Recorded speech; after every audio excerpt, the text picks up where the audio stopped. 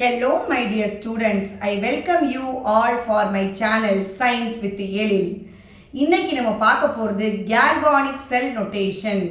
ஏற்கனவே எலக்ட்ரோகெமிஸ்ட்ரியோட இம்பார்ட்டன்ஸ் என்ன, galvanic cellனா என்ன, Daniell cellனா என்ன, இதை பற்றின எல்லா இன்ஃபர்மேஷனும் ப்ரீவியஸ் வீடியோவில் இருக்குது. நீ போய் பார்த்து லேர்ன் பண்ணிக்கலாம். ஓகே, இப்போ ஒரு செல் ரெப்ரசன்டேஷன் எப்படி பண்ணணும், இதுக்கு நம்ம டேனியல் செல்லை தான் எக்ஸாம்பிளாக எடுத்திருக்கோம். ஆல்ரெடி கேல்வானிக் செல்னா என்ன, டேனியல் செல்னா என்னன்ற டிஃப்ரென்ஸை நான் ப்ரீவியஸ் வீடியோலேயே சொல்லியிருக்கேன், போய் பார்த்துக்கோங்க. ஸோ கேல்வானிக் செல்லை ரெப்ரசன்ட் பண்ணுறதுக்கு டேனியல் செல்லை எக்ஸாம்பிளாக எடுத்திருக்கோம். இங்கே டேனியல் செல்னா நமக்கு தெரியும் ஜிங்க்கும் காப்பரும் தான். கேல்வானிக் செல்னா எந்த மெட்டல்ஸை வேணால் எடுத்துக்கலாம். ஸோ இந்த டேனியல் செல்லில் ஜிங்க் சல்ஃபேட் சொல்யூஷனில் டிப் பண்ணியிருக்கு ஜிங்க் ராடு, காப்பர் சல்ஃபேட் சொல்யூஷனில் காப்பர் ராடு டிப் பண்ணியிருக்கோம். சால்ட் பிரிட்ஜ் இருக்குது, ஆனோடில் ஆக்சிடேஷன் நடக்கும், லாஸ் ஆஃப் எலக்ட்ரான். ஜிங்க் 2+ ஆகும், 2 எலக்ட்ரான்ஸை லாஸ் பண்ணும். கேத்தோடில் ரிடக்ஷன் நடக்கும், கெயின் ஆஃப் எலக்ட்ரான்ஸ்.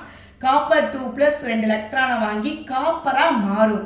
இதை பற்றின டீட்டெயிலாக இன்ஃபர்மேஷன் ஆல்ரெடி ப்ரீவியஸ் வீடியோவில் இருக்குது, நீ பார்த்து தெரிஞ்சுக்கலாம். சரி, இங்கே நடக்கிற இந்த செல்லை எப்படி ரெப்ரசன்ட் பண்ணுறது, இப்படி தான் ரெப்ரசன்ட் பண்ணணும். எப்படி ரெப்ரசன்ட் பண்ணுறாங்க, இந்த லைன்லாம் எப்படி போட்டிருக்கோம், அதை பற்றின இன்ஃபர்மேஷன் தான் இப்போ நான் சொல்ல போகிறேன். இப்போது ஆனோடில் நடக்கிற ரியாக்ஷன் ஜிங்க் 2+ஆக நடக்கிறது. இந்த கெமிக்கல் ரியாக்ஷன் தான் அங்கே நடக்குது. ஸோ இந்த ஜிங்க் 2+ஆக மாறுறத ஒரு சிங்கிள் வெர்டிக்கல் லைன் ட்ரா பண்ணி காமிக்கணும். அது மாதிரி கேத்தோடில் நடக்கிற ரியாக்ஷனை, தட் இஸ் காப்பர் 2+ காப்பராக மாறுது, அதையும் ஒரு சிங்கிள் வெர்டிக்கல் லைன் ட்ரா பண்ணி காமிக்கணும். ஸோ இப்படி ஆனோடில் நடக்கிற ரியாக்ஷனையும் கேத்தோடில் நடக்கிற ரியாக்ஷனையும் அங்கே ஒரு சிங்கிள் வெர்டிக்கல் லைன் ட்ரா பண்ணி எழுதணும். அப்போ ஜிங்க் 2+ஆக மாறுறதுக்கு ஒரு வெர்டிக்கல் லைன், காப்பர் 2+ காப்பராக மாறுறதுக்கு இடையில ஒரு வெர்டிக்கல் லைன் ட்ரா பண்ணணும். இதை ஃபேஸ் பவுண்டரின்னு கூட சொல்லுவாங்க. நெக்ஸ்ட், இந்த 2 எலக்ட்ரோடுக்கும் நடுவில் நம்ம சால்ட் பிரிட்ஜ் கனெக்ட் பண்ணியிருக்கோம்ல, அதை மென்ஷன் பண்ணுறது தான் இந்த டபுள் வெர்டிக்கல் லைன். ஸோ இந்த double vertical line represents the salt bridge. So இப்படித்தான் நம்ம ஒரு செல்லை ரெப்ரசன்ட் பண்ணணும். ஆனோடில் நடக்கிற ஹாஃப் செல் ரியாக்ஷன், கேத்தோட நடக்கிற half cell reaction, in between salt bridge, then அதோட ஸ்டேட்ஸ் எல்லாம் சொல்லிடணும். ஸோ அதான் இங்கே கொடுத்துருக்காங்க, பார்த்துக்கணும். ஆனோடில் எக்ஸ்ட்ரீம் லெஃப்டில் இருக்கணும், கேத்தோடில் நடக்கிற ரியாக்ஷன் எக்ஸ்ட்ரீம் ரைட்டில் இருக்கணும்.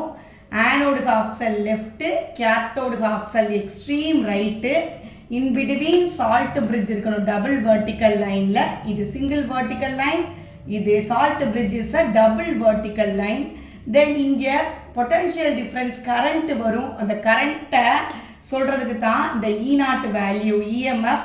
ஸோ இதை எப்பயுமே கேத்தோடு எழுதுனதுக்கு அப்புறம், கேத்தோடு ஹாஃப் செல் ரெப்ரசன்ட் பண்ணதுக்கு அப்புறம் இந்த ரைட் சைடில் தான் சொல்லணும். இந்த பக்கம் சொல்லக்கூடாது, கீழே எழுதக்கூடாது. இந்த ரைட் சைடில் தான், எக்ஸ்ட்ரீம் ரைட் சைடு, கேத்தோடு முடிச்சதுக்கு அப்புறம் இந்த ரைட் சைடில் தான் எழுதணும். ஸோ இப்படித்தான் ஒரு செல் ரெப்ரசன்டேஷன் பண்ணணும்.